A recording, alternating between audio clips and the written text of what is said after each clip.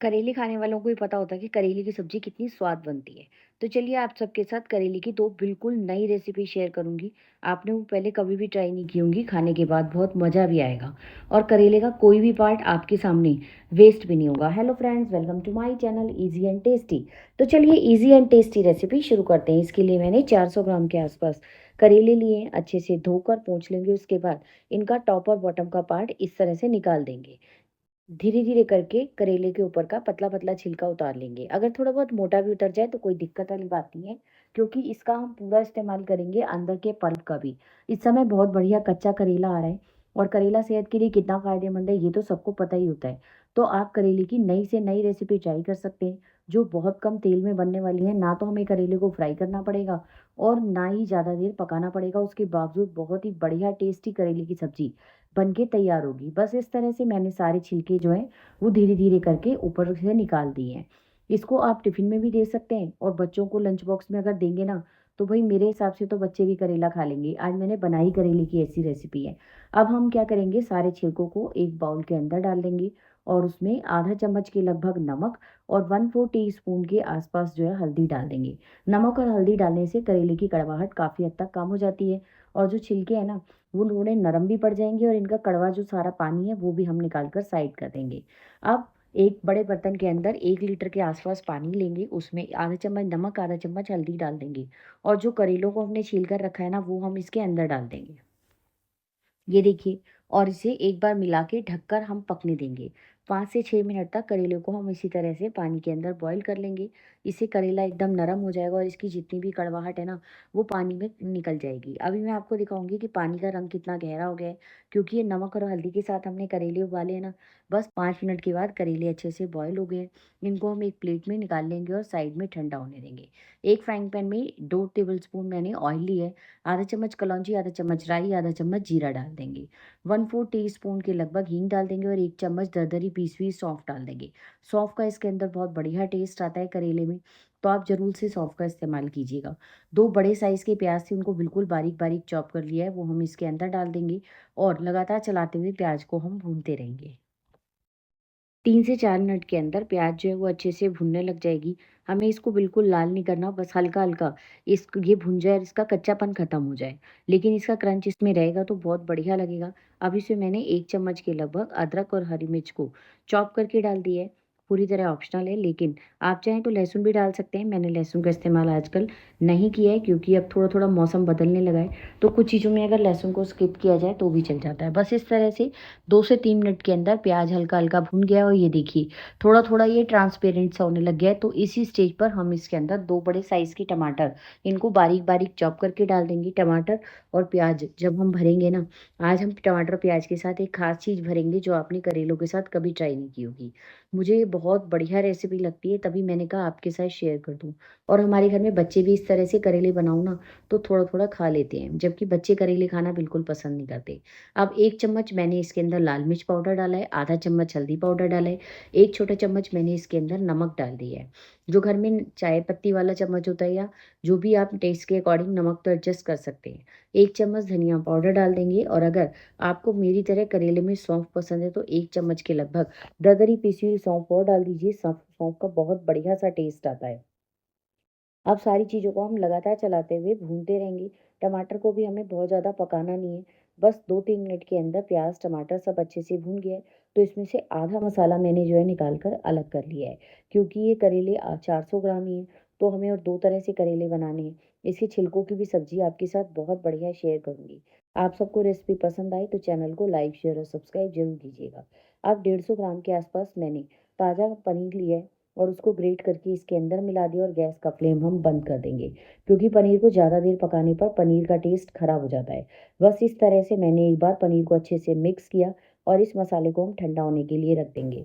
इतनी देर जो हमने करेले बॉईल करके रखे थे ना, ये देखिए हल्दी के कारण उनका रंग किस तरह हो गया है। अब इसके अंदर जो ये बहुत नरम पड़ गए हैं और इसके अंदर का सारा गूदा जो है यानी पल्प और बीज हम निकाल देंगे। और बिल्कुल कच्चे करेले हैं, अगर इस समय आपको लगे कि बीज थोड़े बहुत पके हुए हैं तो आप उन बीजों को जो है वो फेंक दीजिए। वैसे मेरे करेले जो मैंने बनाए ना, उसके अंदर बिल्कुल वो कच्चे-कच्चे करेले थे और ज़रा से भी बीज नहीं थे, तो इसलिए मैंने इन करेलों का इस्तेमाल जो है वो एज़ इट इज़ कर लिया है। ये देखिए, सारा पल्प हम आराम-आराम से करके निकाल देंगे। 1 से डेढ़ मिनट का टाइम लगता है इसमें, ज़्यादा देर नहीं लगती, लेकिन करेले की बहुत बढ़िया सब्ज़ी बनेगी और बीज आपके सामने बिल्कुल कच्चे और नरम हैं।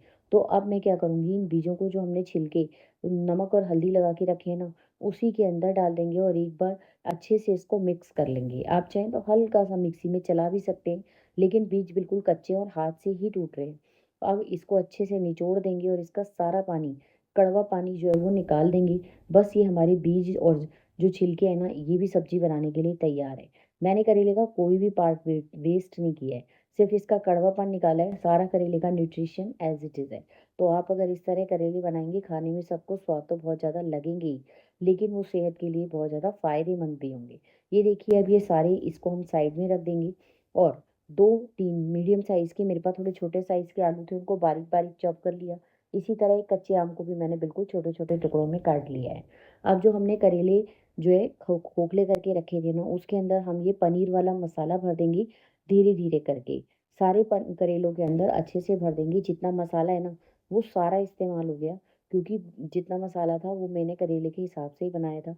अच्छे से भरिए। अब वैसे भी करेला क्योंकि थोड़ा-सा हमारा नरम पड़ गया है, पक चुका है ना, तो इसके अंदर मसाला आराम से भरा भी जाएगा और अंदर से वो चिपक भी जाएगा। बाहर निकल के भागेगा भी नहीं। वैसे भी अभी हम इसके ऊपर धागा लपेटने वाले हैं।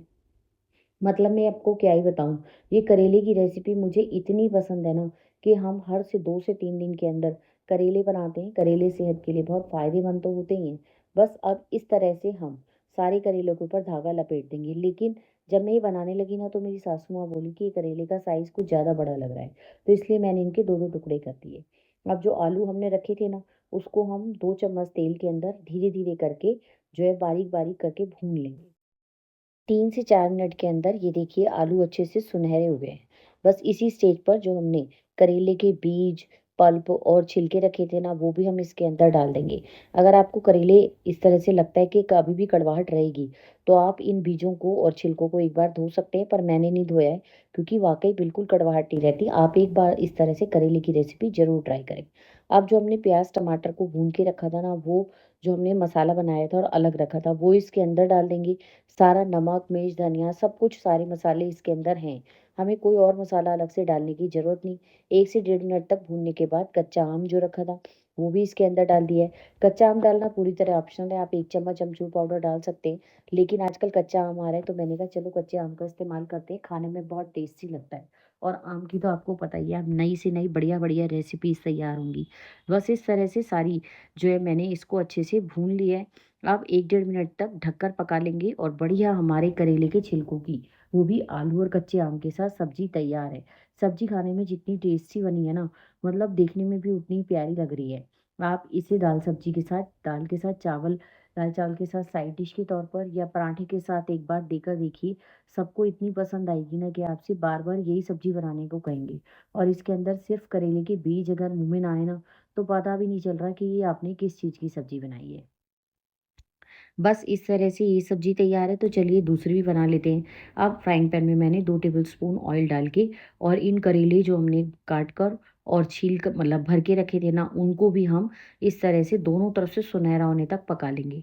हर 3 से 4 मिनट के बाद 2 या 3 बार आपको पलटना पड़ेगा, लेकिन बहुत बढ़िया पनीर वाले करेले भरवा बनकर तैयार होंगे। खाने में बहुत स्वादिष्ट बनते हैं और बच्चे भी खा लेते हैं, क्योंकि इसके अंदर प्याज़, टमाटर और जो पनीर का मसाला है ना, वो काफ़ी टेस्टी बना हुआ है।